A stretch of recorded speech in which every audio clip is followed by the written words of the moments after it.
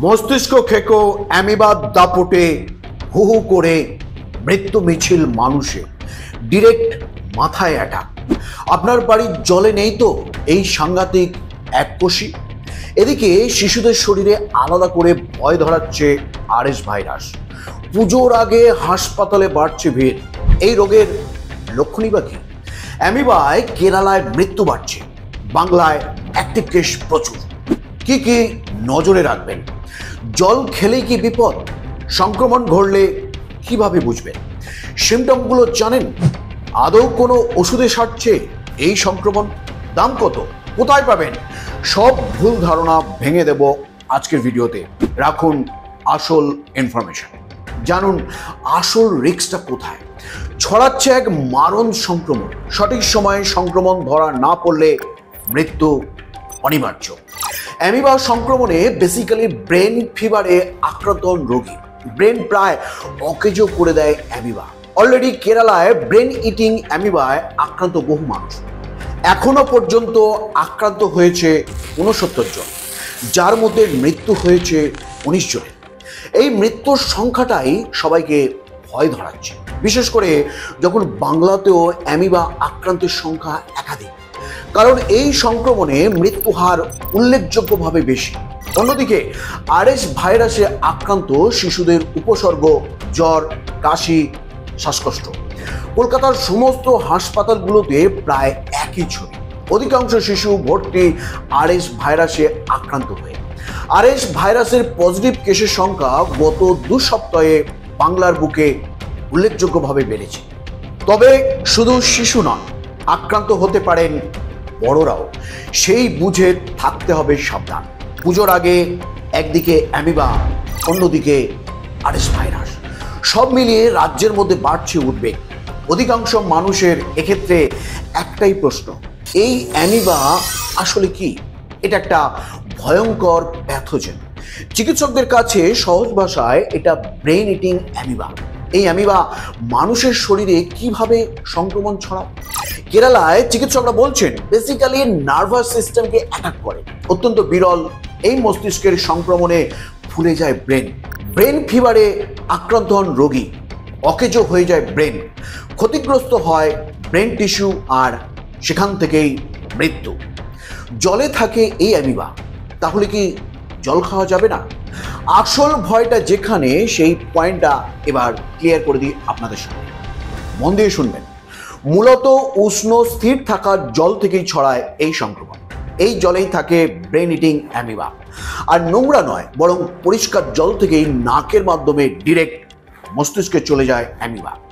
তবে সংক্রমিত জল পান করলে নয়, বরং এই ধরনের জলে সাঁতার কাটলে কিংবা স্নান করলে সংক্রমণের চান্স বেশি। কিন্তু এত সাংঘাতিক একটা রোগের উপসর্গ কি কি? মানে কি কি দেখলে বুঝবেন যে একটা মানুষ এই ব্রেন ইটিং অ্যামিবায় আক্রান্ত? প্রথমেই জানিয়ে রাখি, এটা সহজে চিহ্নিত বা শনাক্ত করা যায় না। এর উপসর্গ মেনিনজাইটিসের মতোই, মাথা ব্যথা, জ্বর, বমি ও মাথা ঘোরার মতো উপসর্গ দেখা যায়।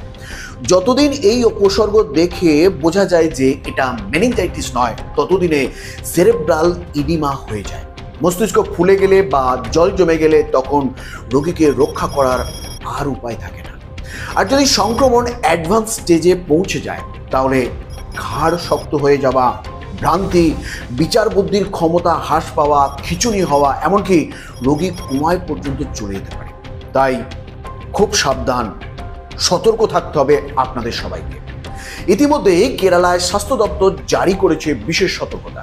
কোঝিকোড, মাল্লাপুরমে আক্রান্তের সংখ্যা সবচেয়ে বেশি। এই রাজ্যের পরিস্থিতিও ভালো নয়।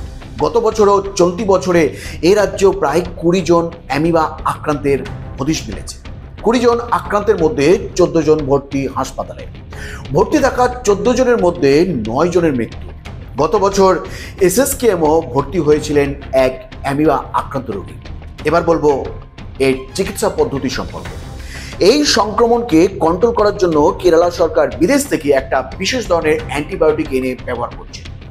সেই অ্যান্টিবায়োটিক ব্যবহার করে তারা যেটা দাবি করছেন, সারা বিশ্বে এর ডেথ রেট 95%, সেটা কমিয়ে এনে 25% করতে পেরেছেন তারা।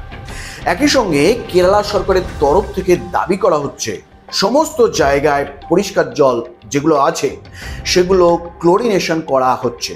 কিন্তু কিভাবে কেরালায় এত পরিমাণ এটা ছড়িয়ে গেল, বিষয়টা তদন্ত করে দেখা হচ্ছে।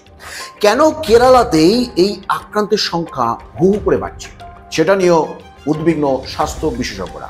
তবে চিকিৎসকদের একাংশ এটা জানিয়েছেন যে একটা নির্দিষ্ট ওষুধই চলবে সারা বিশ্বে, এর এমন কোনো গাইডলাইন নেই।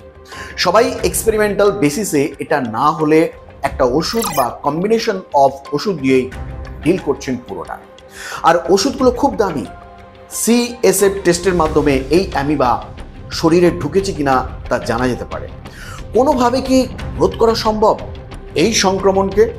কেরালা সরকারের তরফে পুকুর বা ঝিলে যেখানে জল স্থির থাকে সেখানে সাঁতার কাটতে যেতে বারণ করা হয়েছে। যদি কেউ সাঁতার কাটেন তাহলে নোজ ক্লিপ ব্যবহার করতে হবে যাতে জল নাকে না ঢোকে। কুয়ো এবং জলের ট্যাঙ্ক সঠিকভাবে ক্লোরিন দিয়ে পরিষ্কার করতে বলা হয়েছে। যদিও এ রাজ্যে এখনো পর্যন্ত কোনো গাইডলাইন বা নির্দেশিকা সরকারি তরফে সামনে আসেনি। সব বন্ধুরা, এই ছিল আজকের পরিবেশন। আজকের ভিডিওটি যদি আপনার কাছে গুরুত্বপূর্ণ বলে মনে হয় তাহলে অবশ্যই আপনার পরিচিতদের মধ্যে শেয়ার করবেন। ভালো থাকবেন, সুস্থ থাকবেন। ধন্যবাদ।